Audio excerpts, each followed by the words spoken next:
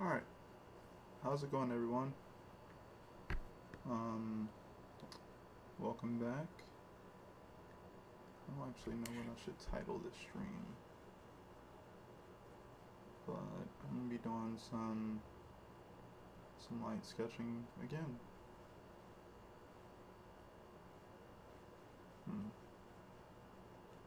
Or would I change the name of the stream? Alright, because it wouldn't be that, it would be something else. Guess I can change it later. I'll worry about it later. It's up right now anyway.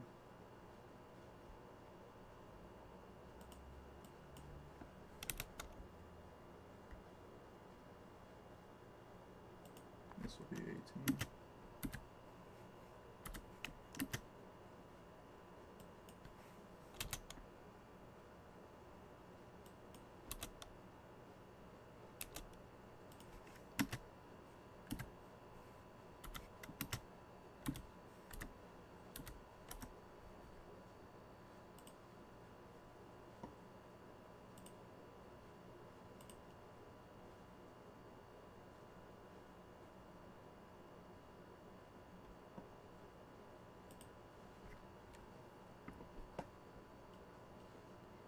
Alright.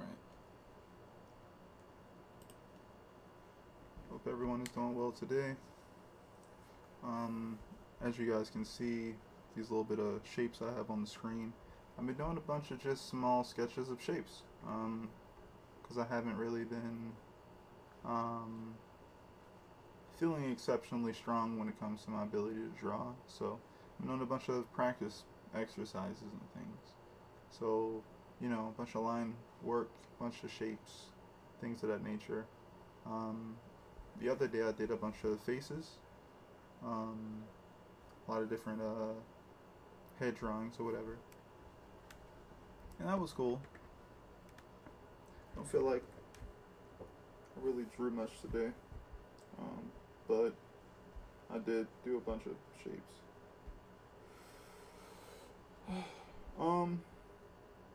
So let me get started and go over to doing more. Also, what layer is all this stuff on? That's not it.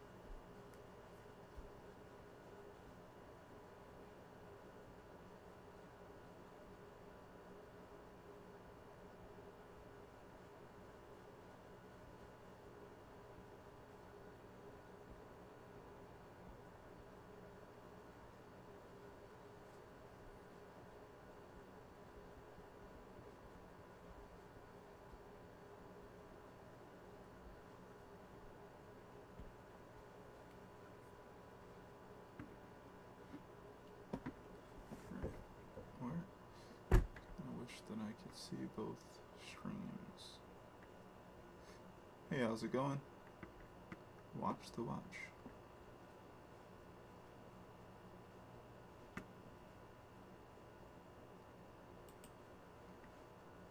Right. You'd have to maybe make a widget for it instead of it working directly on OBS. Or something I have to look into later.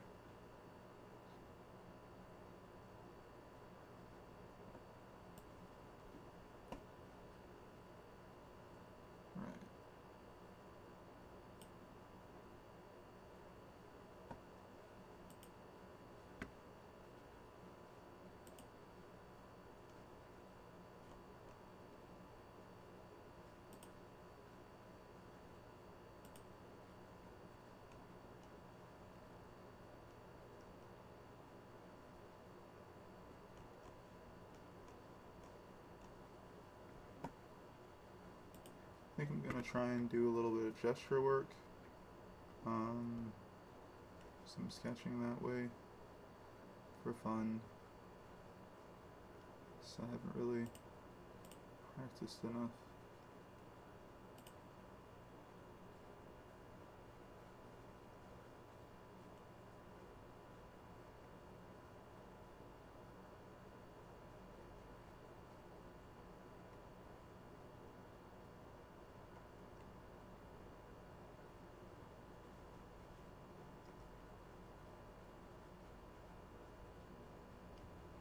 That looks cool.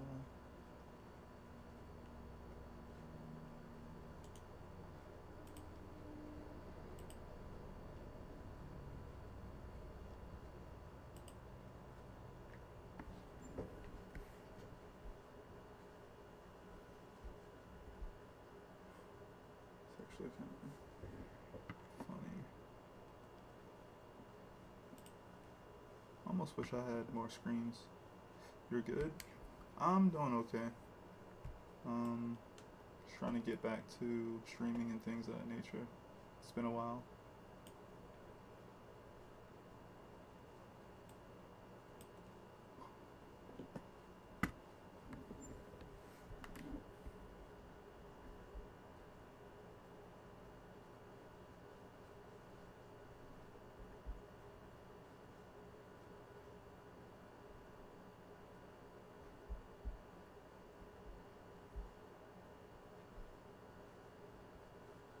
Yeah, I'm just doing some sketching right now. Um, After doing a bunch of shapes, I'm just going to be throwing down some sketching based off of some poses that I'm looking at.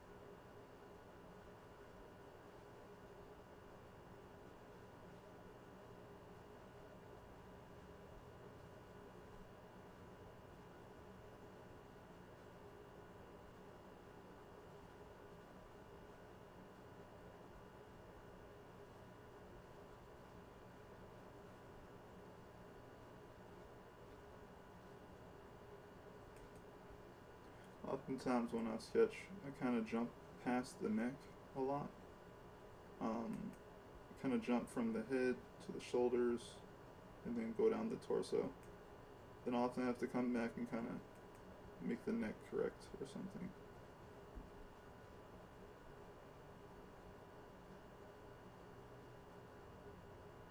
It's definitely not the worst things, but it's definitely something I need to work on a little bit more. Because luckily I can kind of get it to work. I do got to start doing a little bit more to kind of make that kind of more efficient later on.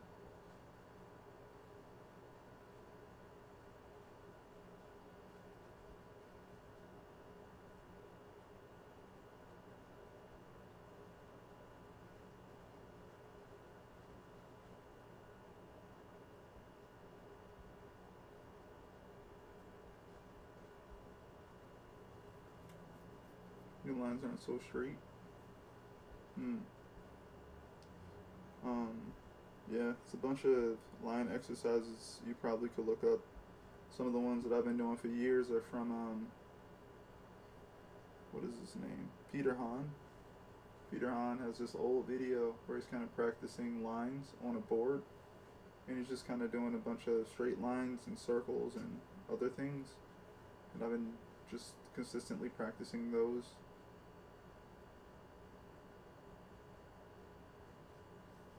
Straight like wet spaghetti. Oh man.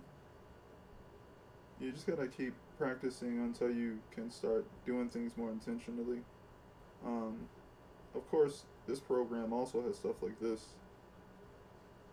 where just like Procreate, you know, even if you didn't uh, want to do a freehand, it has like some snapping features where you can kind of get it to just snap into straight lines if you wanted to do it that way. And though I have mine set up, I often don't like to use it. It's just it feels a little bit more jobby than sketching for fun, right? Um, Jobby is probably definitely not a word, but you know, I like to kind of throw the lines from my hand or my wrist, kind of go from there. I can like throw, you know, some perspective lines from to some degree from just doing that and just measuring out the space freehand from my mind or whatever. Um, and I like to usually sketch like that, and then I'll come back and if I feel like it needs to be neater, I'll use the tools like to kind of like do finished line work. But when I'm sketching, I kind of want to be a lot faster, so I can be a lot more iterative with my ideas.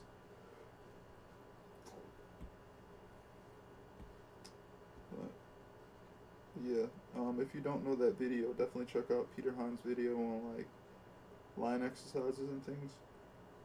It's really old actually. It might be something like 13 years old or something. But it's a lot of great line exercises out there.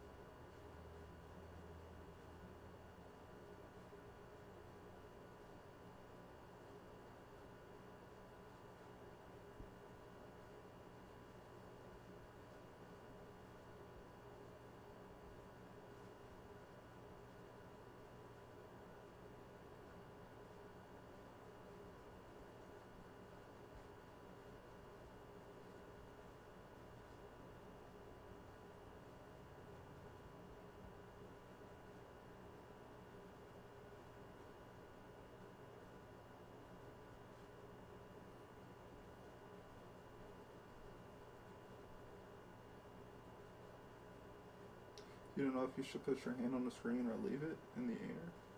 Oh. Hmm. I put my hand on the screen. Some people, if they're working with paper, I've seen some comic book artists or some illustrators kind of put like maybe a sheet of paper underneath their hand because of the possible natural oils and potential, you know, sweat or whatever it is from your hand while you're working on a piece, um, to make sure that that doesn't like seep into the paper and obstruct the work, or even like smear the ink and things of that nature. Um, it's a lot harder to just keep your hand in the air. Yeah, it's a lot harder to keep your hand in the air.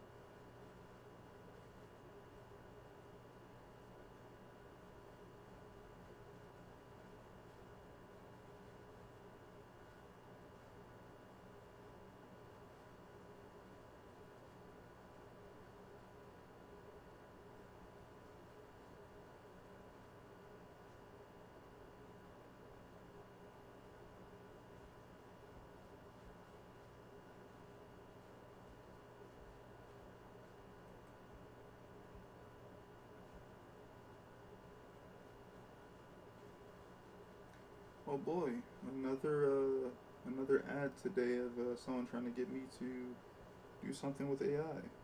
That's um that's pretty. Uh, yep, that's what that is. Just like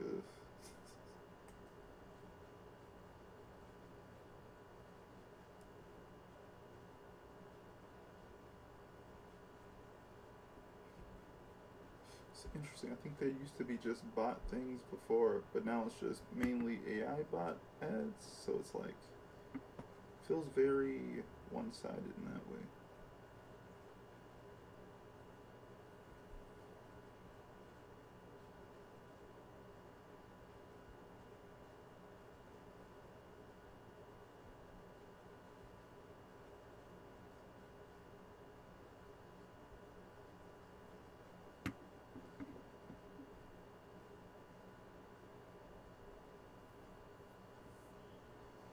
The pin spinning GIF. Well, hello, Josh Wombo, if that is you. I don't know how to do something like that, so definitely we have to ask someone else.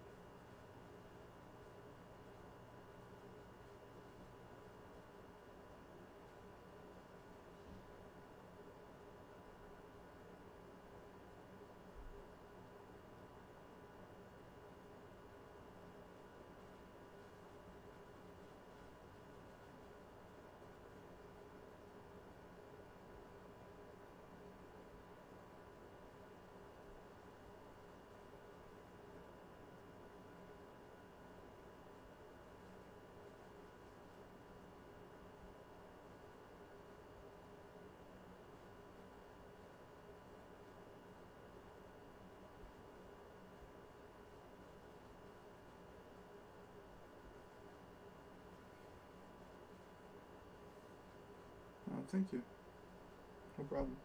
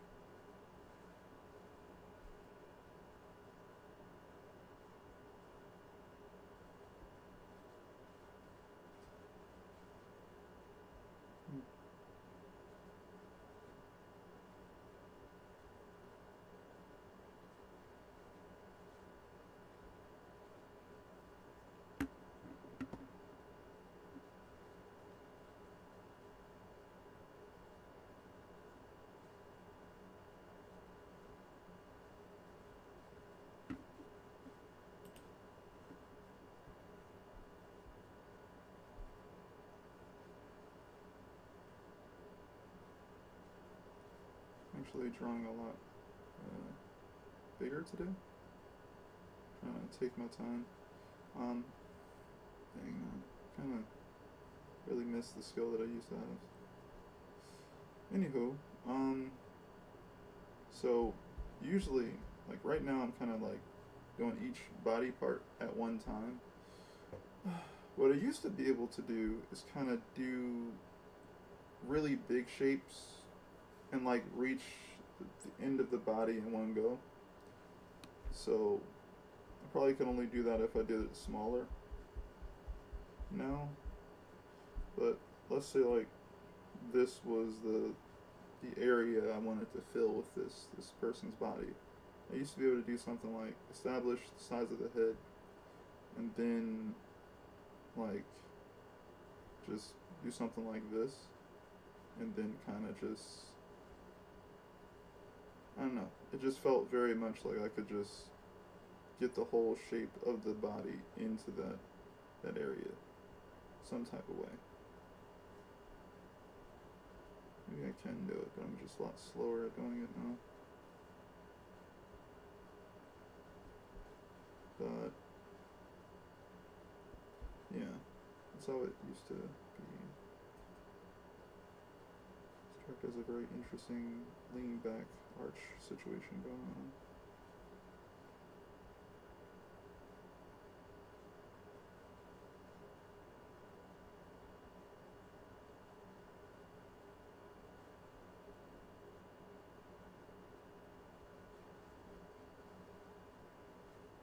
probably, yeah, this character is a lot more. Oh no, I did it, kind of. But okay, cool.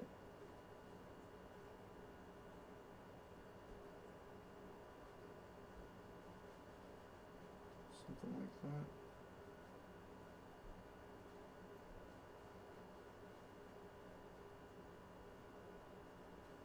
Huh. Kind of like how push the neck out a lot further there. I think that's pretty cool. We can kind of push the shape a little bit too.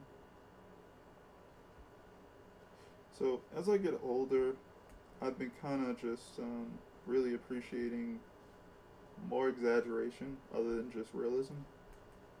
I think realism is cool. I've always thought realism was pretty cool. Um, but I definitely appreciate exaggeration um, a lot more these days. It just, it's kind of like when you watch people who do animation and you see them like do those really, I don't know, you see them sketching. If you ever seen someone who does animation sketching or whatever, and they try to do like these really big lines with like their shoulder. They'll be sitting there and good, you guys can see my cursor, and they'll be sitting there and let me get like an actual pencil so it makes sense more. And they'll be like ghosting a line and they'll start doing like that, and then they'll be like, basically there'll be like life in their lines, if that makes sense. Um, and even if it's like a rough drawing or something like that, it'll still look engaging or fun or interesting or something.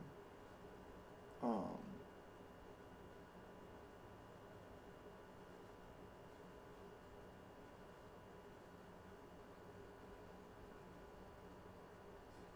I'm not drawing nobody right now. There's nobody in mind, but yeah, they, you know, anywho, they can find a way to exaggerate these shapes and kind of give them personality and things of that nature until you get like a nice character that's made up of a bunch of shapes and recognizable and all that good stuff.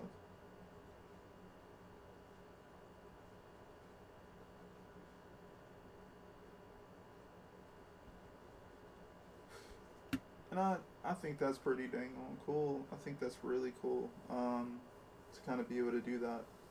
Um, I still think that realism is great, and there's a lot you can add to it, but I feel like you kind of give more. Let me read this. I have a plan on how to learn how to draw. I'm going to work on the lines and then boxes like 2D, then 3D, then perspective of the boxes like the point thing, and after that, other shapes. That's a great idea to start with. It's definitely great. Um, Also think, dang, I forget this dude's name. There's a lot of people online who are pretty decent teachers at this type of thing nowadays, so definitely look around and see if, people have you covered when it comes to teaching those techniques. There's a lot of people out there nowadays who I would say have decent um, instruction on that. But yeah, going through doing line work is great. That'll give you a lot of good confidence to be able to kind of uh, make a shape in general, you know. Um, but also remember to definitely remember to exaggerate and play with camera angles eventually when it comes to when you're doing like 3D shapes.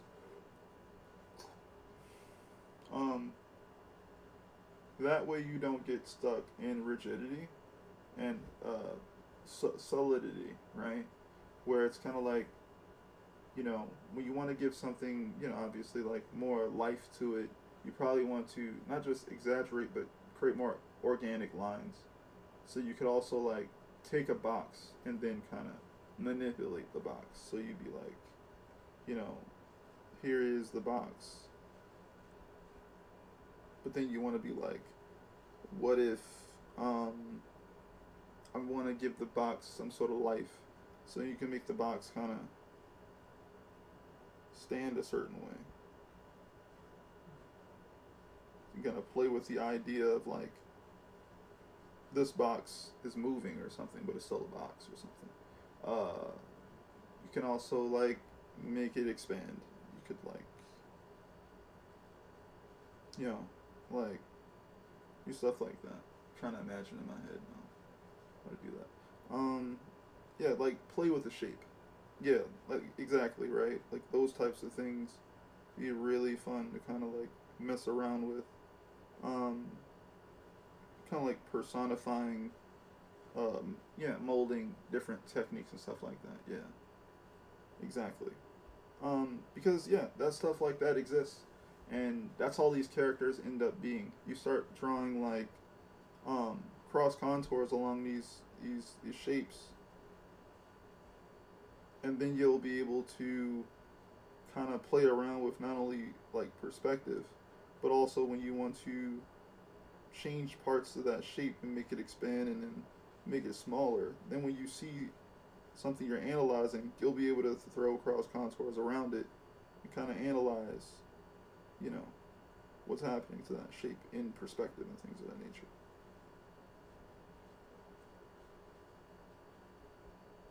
Right? And you can start really playing with like form, but that's later. All I'm saying is when you get there, when you get used to like spinning a box around or whatever it is, or cylinders and putting them together and stacking them together and stuff like that, eventually come back to it and go, okay, what if I want to make this box into a character? That's when stuff gets a little bit more interesting, because then you could be like, oh, this person is, and like give them one word, like this person is uh, arrogant or something, and then you go, okay, how would an arrogant person stand? And then you can start having fun with just personifying these shapes. You know, it seems like silly right now, but when you can do that with a box, you can then start thinking about um, character designing in general, because all you're going to do is probably understand the basics of creating that form, right? Like a torso. You know, a lot of people put like a head inside of a box, and then they practice turning the box, so your brain can eventually understand that what you're doing when you spin the box, you can imagine that this is the front of the face, and this is the side where the ear would be. So when you spin it, you can start imagining, oh, okay, this is how much of the face is shown, and stuff like that. You know, like.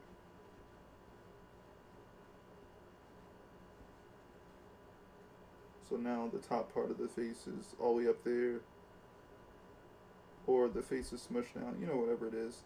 Stuff gets smaller like that, and that's how you know where the ear is going to be. And you can start, it's just you playing with the, oh, that's in the way. It's just you playing with the idea of these things until the box makes sense for like everything. And then you can start putting a torso in the box. And you go, okay, like, torso. Which is funny, I just drew a shirt, but, you know. You can put a torso in the box and then stop right there. And then it's multiple boxes. And then you have the top part of the torso and the pelvis area. And then you can start playing around with that until you get used to that and start putting those in different positions and all that good stuff. But at the end of the day, that's why a lot of people are trying to like get people used to the idea of using like a cube or a box to understand spatial awareness, like spinning it and doing all this type of stuff. Eventually you can take the box and mold it into a leg, or take multiple boxes or something, make it into a leg, make it into a torso, make it into a head. And then if you don't practice, you know, organic stuff, like things that are moving and stuff, you know, actually drawing like people, understanding organic lines, the spine structure, how it can bend and move and stuff. When you come back and add that to it, now you have more flexible forms. That way, if you want to draw anything organic and still understand the basics of drawing, using a box to kind of make everything, you still know how to make it more natural looking. So, yeah.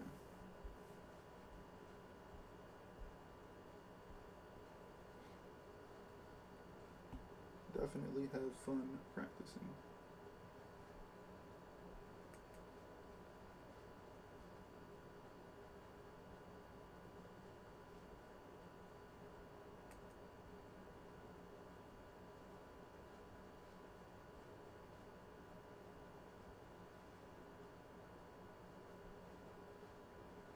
But yeah, people who exaggerate have become kind of like, I don't know, it's like my end all be all, because I find that a lot of people may be able to draw really well, and they may be able to draw and render really well, but the people who know how to use the right amount of rendering, the right amount of exaggeration, make more interesting, more compelling drawings to me. They just do. Like even people who are great at like rendering, they also know how to.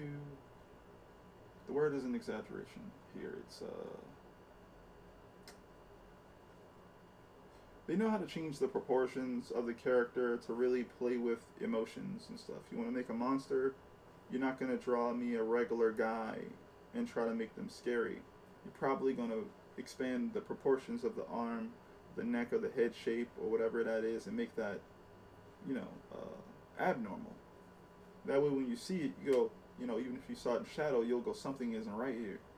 A person's hand isn't supposed to be that big.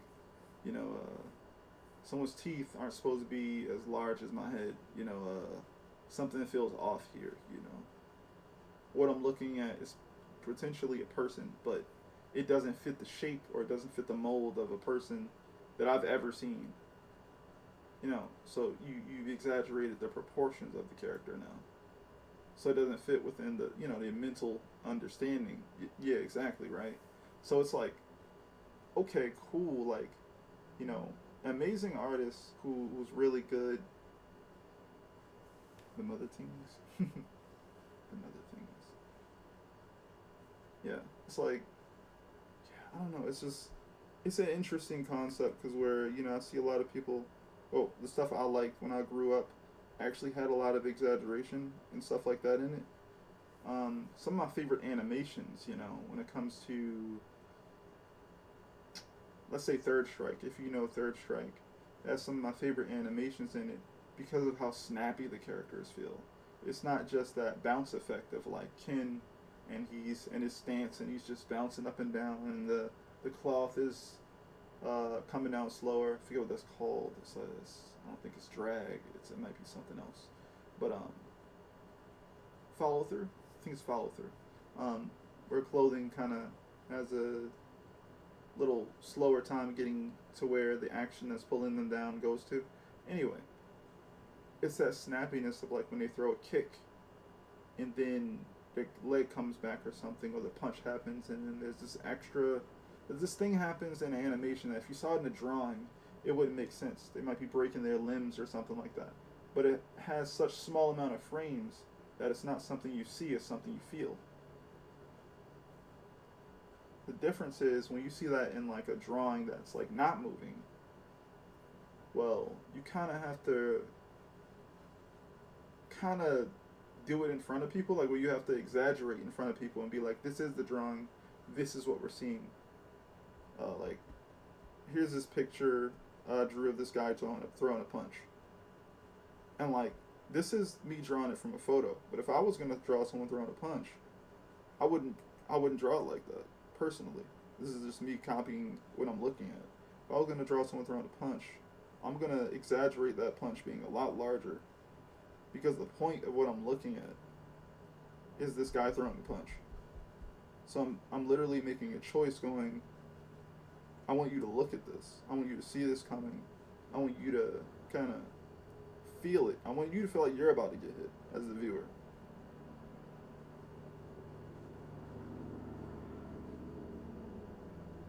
Maybe I'll exaggerate some speed. Maybe I'll make it actually in motion instead of essentially just being a good drawing. There's a part of it that's actually moving. That way it's an active element for you to think about. It also sets up the next shot if I'm drawing a comic. It's not something that's just a punch that has already been thrown. A punch that's just sitting there that's just a pose.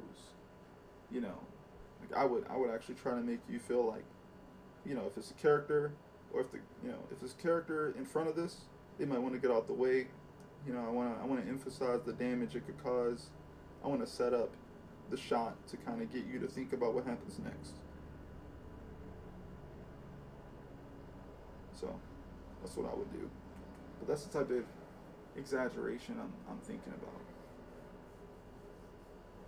Yeah, to make a feeling from it. Everything should have some sort of feeling from it, even if it's a good shot. Even if it's a good shot, like it's a movie still, I almost feel like that's just not good enough for me, you know.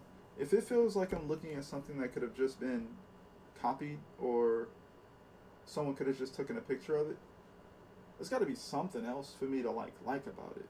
You know, the line quality, the feeling of it moving is a really big quality for me because, again, I can take this pose, for example, and I can be on here for hours and I can render it and I can clean it up, right? But it's like, what can I do to make this feel like it's moving?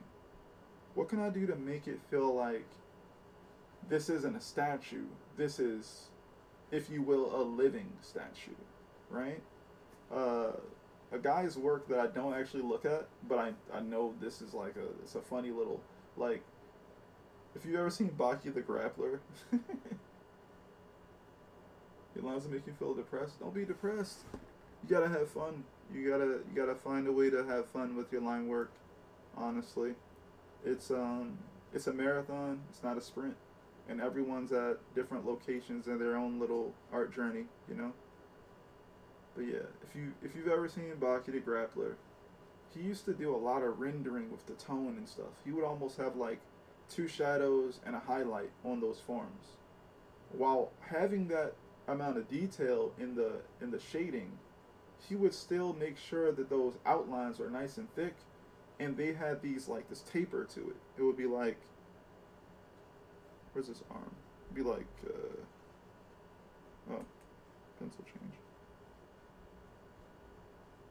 And then it would do like this thing here where it had like this energy to it that helps you.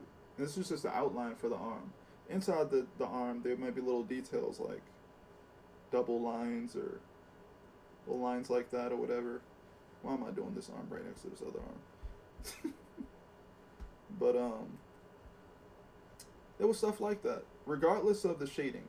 And that, to me, kind of gives me like an emphasis on, even though the form is shaded, that gave you a form of solidity. That said, this is a solid form. But also, the outlines for this comic had like these nice organic, thicker lines around it. I mean, even Fist of the North Star, I believe, has this thing going on, where it's a cartoon, but it has solid drawing with it, like really solid, organic things going on with it. And in my opinion, that helps with movement. I feel like the more rendering you add to something, and if you give it like a thin line, it becomes like a serious shape, if that makes sense. It becomes like a statue. Because you've kind of said that, like, if you create something like a thin line, it doesn't have anything extra to go to it. It's just an outline. And yeah, there can be organic outlines. Definitely can be. The only thing is, when you start adding more details and rendering into that form, I kind of feel like what you do is you slow down the viewer's eyes. If you look at this form, it's very fast. You can look at this and go, oh, that might be an arm, and move on. But when I start putting in stuff like, okay, it's like a little hatching here, there's some hatching there, I might add like some details of a scar here, I don't know, another detail here of the shoulder, the deltoid's kind of sticking through. Now I'm telling you to stay here a little bit longer to look at all the detail. And again, I try to make sure that the lines here are kind of the same, like, thickness, so they're kind of all thin. So you actually have to look at all of them. There's nothing there to like help you like decipher anything too much other than that I'm making values with the hatching. So I could be going up and down this form, making one part smaller, my bad, darker, lighter, all that good stuff. And it makes you have to take longer looking at the image. The other thing this is missing is, again, these tapered lines going around each one of these forms. If you have a tapered line, there's certain energy that's getting out. Like when you just do this, my pen keeps changing. When you just do this, there's no like too much energy there. The best I got is uh, potentially a speed line or a line that's kind of like about technicality. When I do something like this, oh, okay, so now we got a lot of energy going into this right here. Or technically it's the other way, right? Where if you have a line that's going thick to thin or thin to thick, then okay, that there's a lot of build up here and then it pushes kind of like that way to some degree. Like almost like a slope. When you do that with a curved line, okay, so now you're telling me if this was an object, you know, not only is it heavy, like it also shows you like a shadow form to some degree. So if I erase the top part of this line with whatever it is I'm making, I'm getting two things out of it. I'm getting energy out of it as far as like the direction of things going, like where things are sitting at, like right here. And I'm also getting a shadow. So this type of line is pretty amazing when it comes to going around a form. Cause it literally, it's like a holding line that has two different like values going on. Again, it gives you pseudo shading. It also gives you like actual visual weight and hierarchy. When you don't have hierarchy and everything has the same kind of like hierarchy going on, nothing is telling you this thing is more important than the other thing, then it means you have to look at everything almost like everything matters. And if everything matters, it's going to get tired looking at art that's just really rendered well and all the details. They're rendering like facial hair, they're rendering like hair strands, they're doing like textures, they're doing like scars and stuff. All the details are just there, but there's no like hierarchy. So everything is important. It just becomes too much to look at to me personally. I've seen a lot of good rendering styles, and you know when they have a good hierarchy, it's a great picture. When they don't, I mean, it can still be a great picture, but it depends on what context. If I'm in the mood of like having like a giant painting in front of me, like a Franklin Booth. Franklin Booth art is amazing, right? If you've ever seen it, it's full of, you know, like hatching lines where they're rendering everything with hatching lines. It's amazing.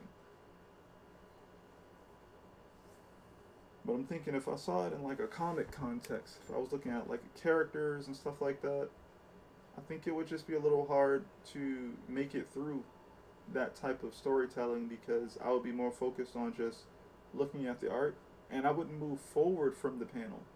I wouldn't move forward from the art. I would be trying to just decipher what's going on in that one and just appreciating it. Whereas I feel like with the comics that I like and the illustrations I like, I need like when it comes to comics anyway, I like a certain level of like exaggeration and hierarchy where each thing I see is just a part of a sequence. So I'm not supposed to spend that long on it. Even if like the creator is hiding something in the art, it still should prompt me to go to the next panel. So that has to be created. That has to be kind of designed that way. It can't just be something you luck yourself into. You kind of have to literally design things in such a way to force the reader to um, want to just keep reading the next panel. If you create something that looks too amazing, why would they move on from it? And if it doesn't move, if it doesn't, uh, if it doesn't get you to want to go to the next panel, I kind of feel like it defeats the purpose of reading a comic. And trust me, I've seen a lot of amazing panels of different things, and sometimes it's so good that you just want to stay, and then sometimes it's really good, but you also want to see what happens next. And to me, those are the really good ones, the ones that still make you want to find out what happens next.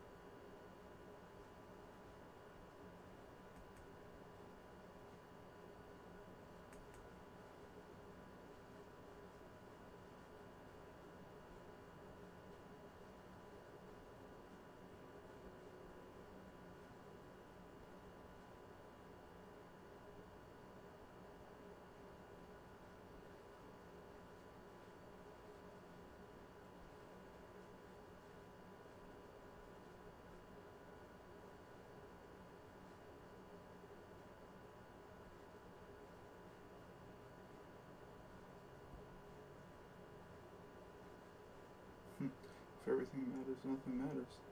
Yep. It's almost just magically. So you just look at it for too long, and if there's only one, so you don't like the others.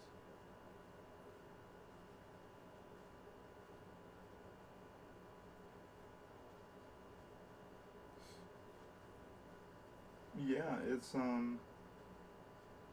it can be overbearing, you know. It can be overbearing where you see something so heavy, I would say. That's a word I like to use. Sometimes I see some older comic book art, and it's done by, insert whoever you think is insanely great when it comes to putting down a lot of lines and add in lighting and texture. You look at it in black and white and you go, yo, this thing is crazy. Like, it's also beautiful. It's crazy though. Then you go, okay, this was in like a comic book setting. And then you go, oh, so all the panels was like this? And it's like, yep.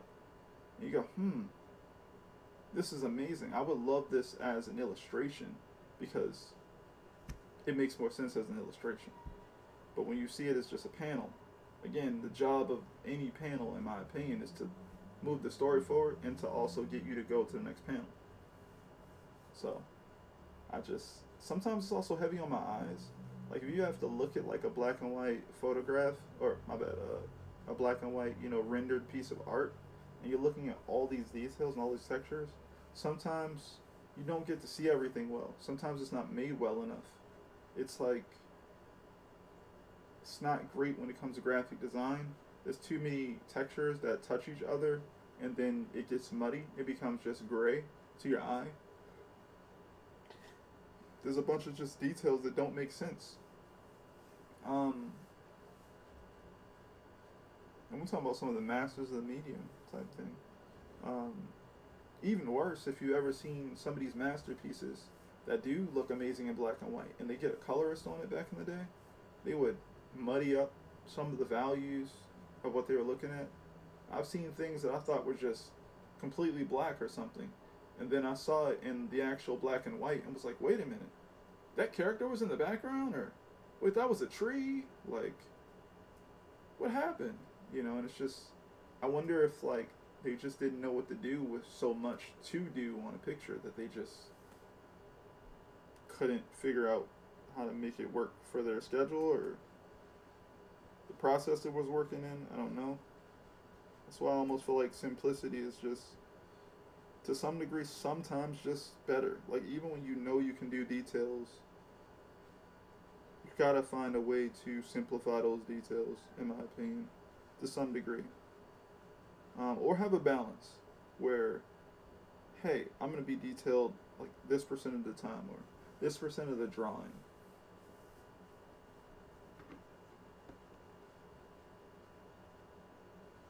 I want to learn how to make fast sketch, kind of like if I just sit in a coffee shop, I can just draw the cup or table and a person sitting.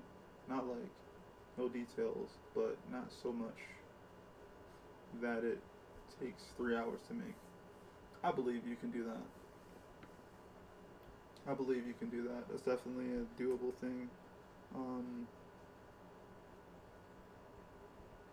I believe you can do it.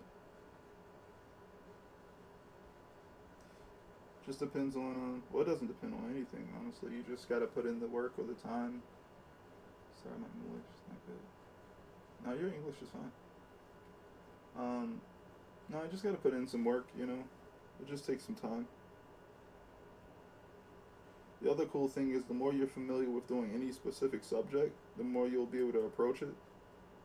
It's like the more you draw, the better you'll get at drawing, because you'll keep exposing yourself to other subject matters.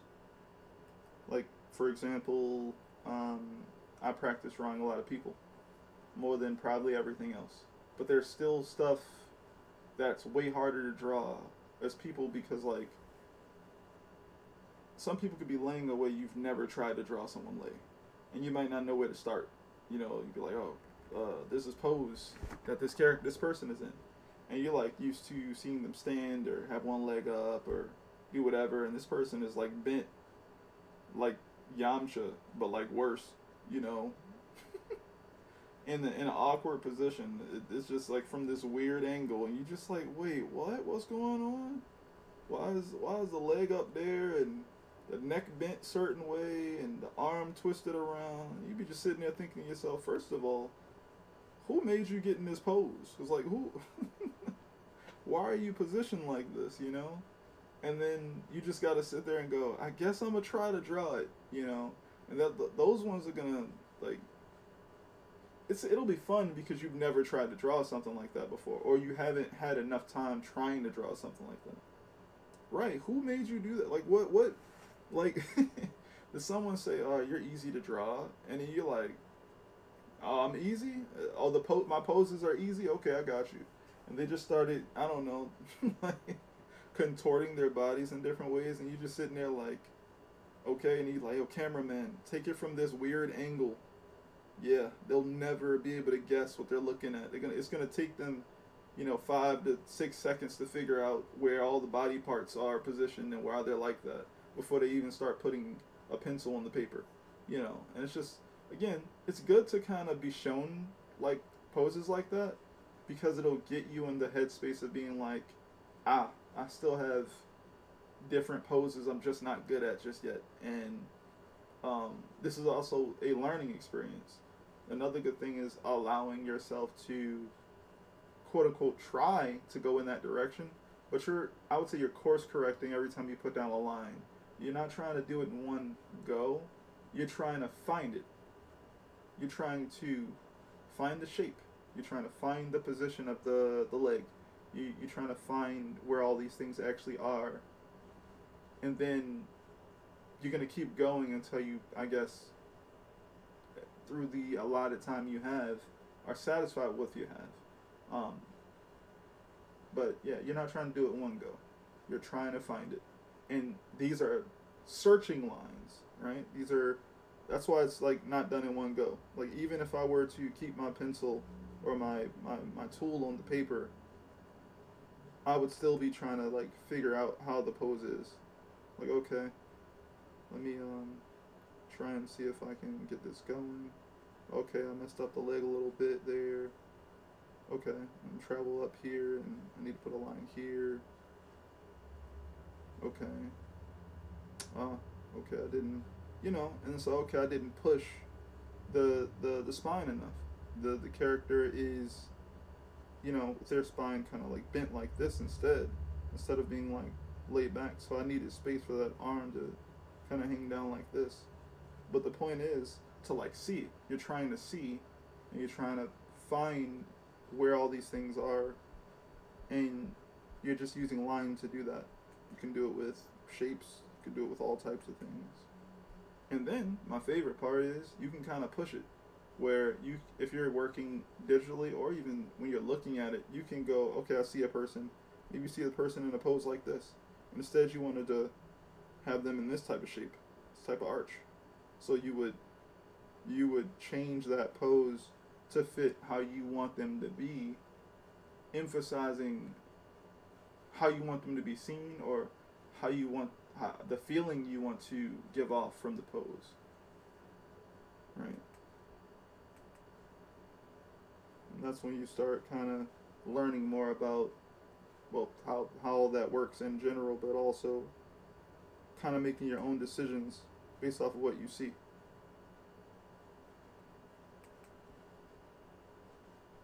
Yeah, drawing's cool. Drawing can be very cool.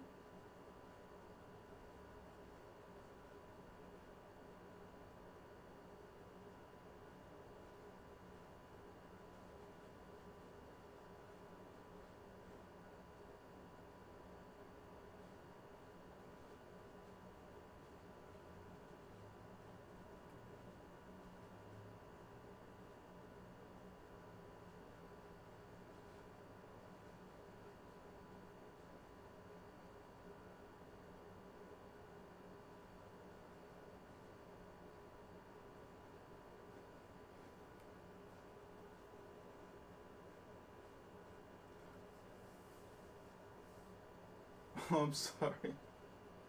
My bad. Um, I just like, I don't know, I like to teach or give out information. I think it's cool because the truth of the matter is, it doesn't matter how much information I give, everyone still has to do the work to be able to use it all. So, I think that's the thing. I don't know. When I was younger, I wish I could talk to people about all these things and always knew the truth of the matter. The truth of the matter was there was always just more work to do in order to be able to do anything with that information. So it's just, I don't mind giving out any information. None of this stuff is a secret. I think the secret is truly trying to find a way to keep it fun. Because life is kind of rough sometimes. It's difficult sometimes. My alarm is about to go off, so you might hear me turn off the alarm. But yeah, life is pretty rough, and we're all trying to manage our time, trying to manage, the things we can do and how much time we're gonna give to things and all that good stuff. But art should be fun. It's you expressing yourself through art. No matter if it's instruments, drawing, dancing. To some degree, it should stay fun because I don't know. It's not meant to be not fun. I don't know. It's everything has been monetized. It's up to you if you want to go that route. But I'd still say try to keep it fun. You know, you know how bad it would sound to like listen to yourself talk about how you're not enjoying art any longer when you start thinking about how art is supposed to be like you expressing yourself. And I mean, like, I know people can fall out of love with something they enjoy. But, like, if you force it into a situation where you only do it because it's a task to do, or you only do it because it's a job to do, then you kind of got rid of the fun in the thing that you were doing to express yourself. So it's like, the reason why I say keep it fun is because it can get so hectic in life that eventually you might feel like you need to force the fun almost out of it. Don't do that. Try your best. Try your best to just, if you can keep it a hobby, keep it a hobby. If you can do it for a job, still find a way to do art for yourself. Keep it fun. Be creative. There's so much more to do into anything you want to do with your art. You know, never get too comfortable with things. Definitely explore. Keep exploring. Uh, keep trying new things with your art, and keep exploring the direction you want to go in. I just, I don't know. Art is amazing, and I guess it can be for you. You keep it that way for yourself. Girona.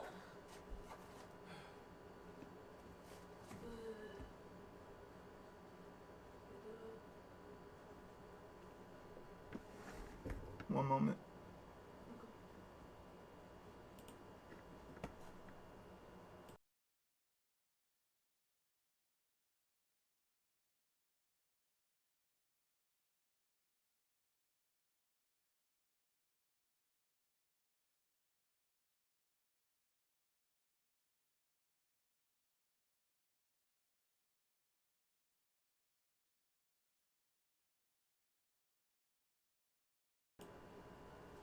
But yeah, um, art is cool.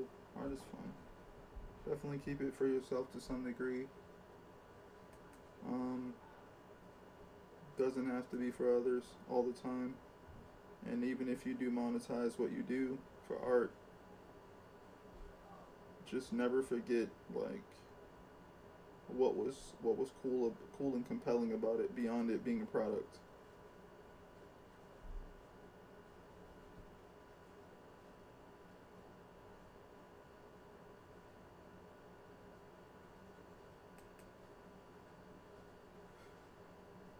I personally love comics, um, and though I might want to make a good product, kind of think of that comic as kind of being for me to explore the story that I want to tell.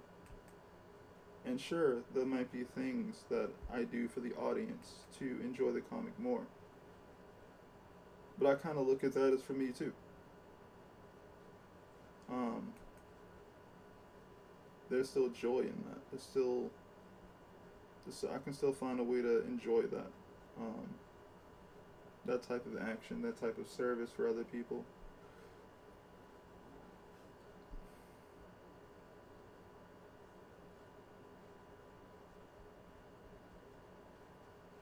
I eventually want to do more illustrations for people.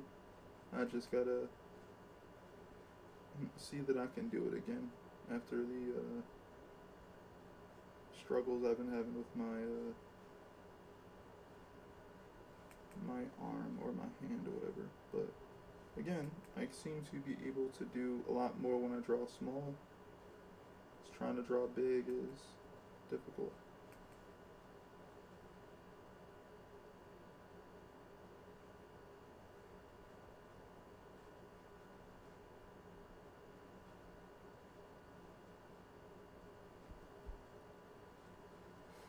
I found this YouTuber on one art called Catch Art. He makes tutorials, but the art is good, not realistic, not manga, just fun. Oh, nice. Not familiar with Catch Art.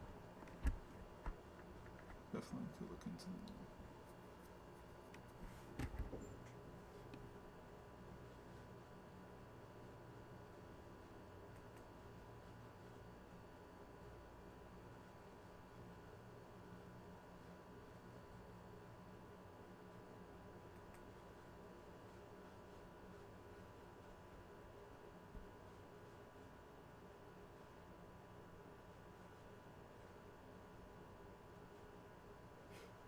I just think realism is kind of funny when it comes to things because, like,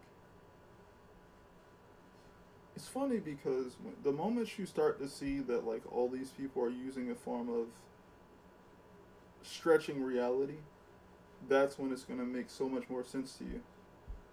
think the thing that people don't tell you about art a lot of the times is kind of like, if you think of it from the statement of like, realism is the end all be all, or more so, realism is a lot of like people's fundamental skills, right? In animation, realism gets you close to solid drawing, as they call it, right? It's one of the foundational elements of animation, solid drawing. Um, the thing is kind of like, okay, you start looking at some of these people who are like master illustrators and stuff like that, and they're solid because you can see it. You can literally see their painting skills, the fact that they can render different materials and color and paint and, exaggerate, my bad, show off lighting and things of that nature.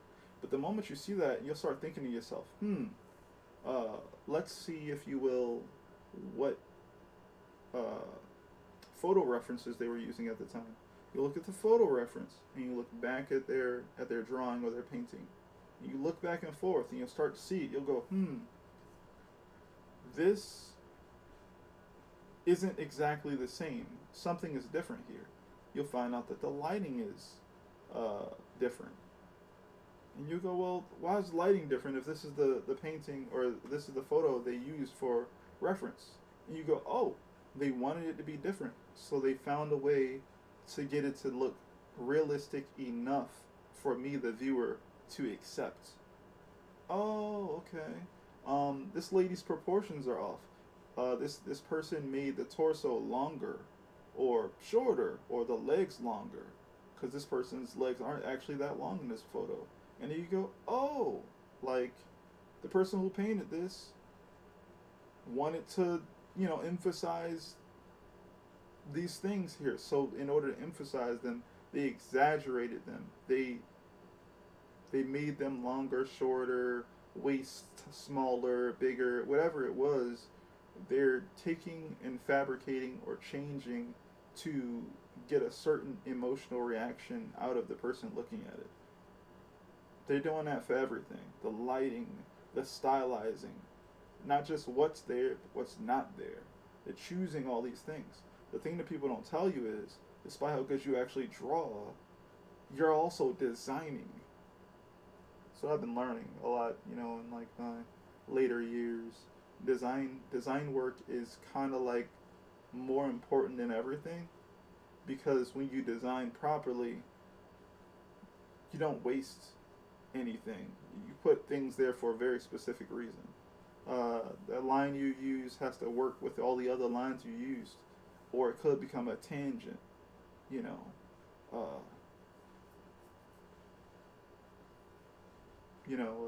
can, I don't know, it's a certain level of stuff like that where you can see someone, then it makes even more sense when you see someone with a more simplistic art style.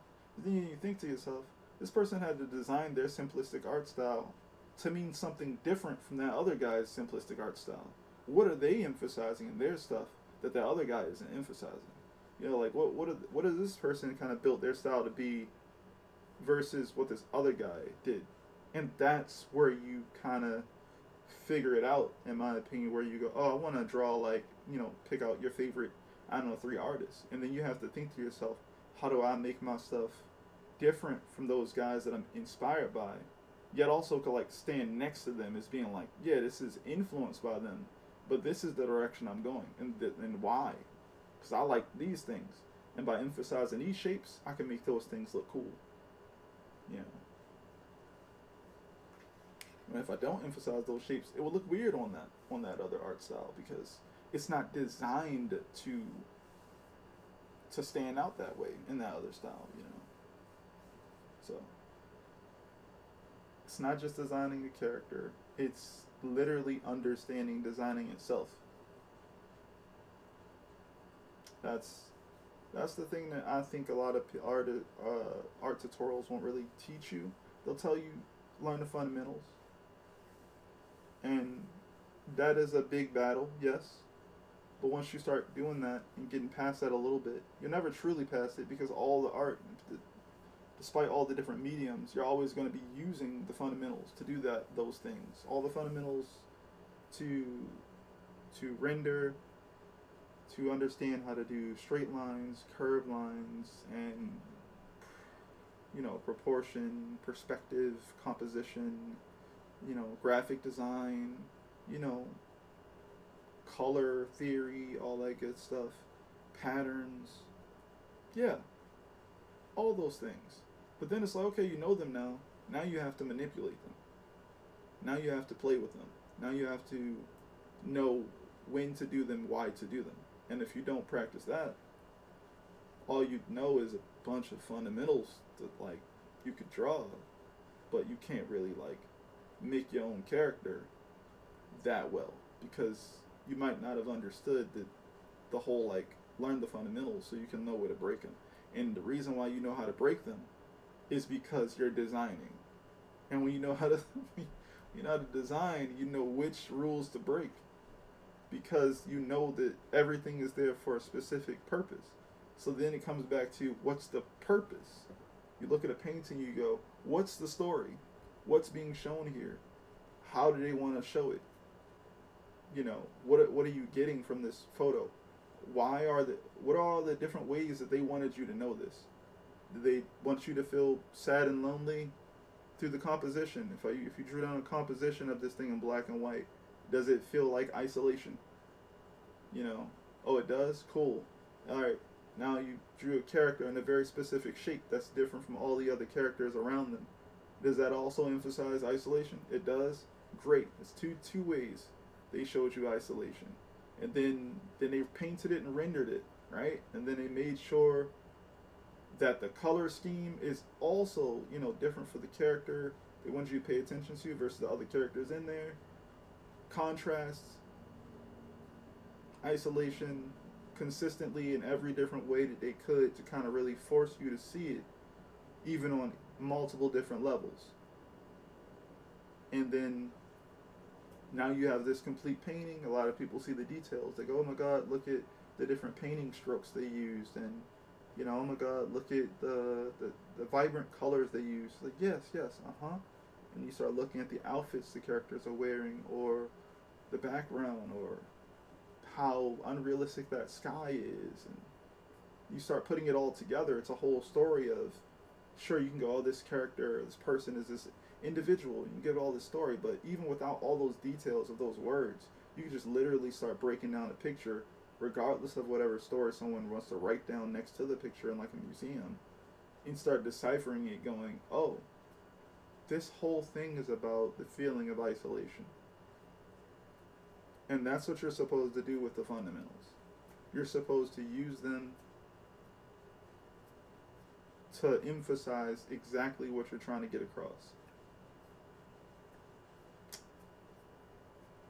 And that's why you don't need to use them all the time. As far as all of them all the time. You need to pick out the ones you need to use for the style, the way in which you want to depict reality in the picture you're making.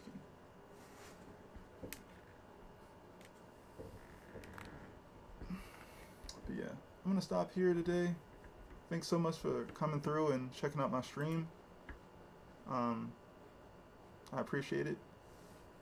I'll probably stream again tomorrow again for another hour because doing it like an hour makes sense to me. So I thank you and I appreciate it. See you guys tomorrow.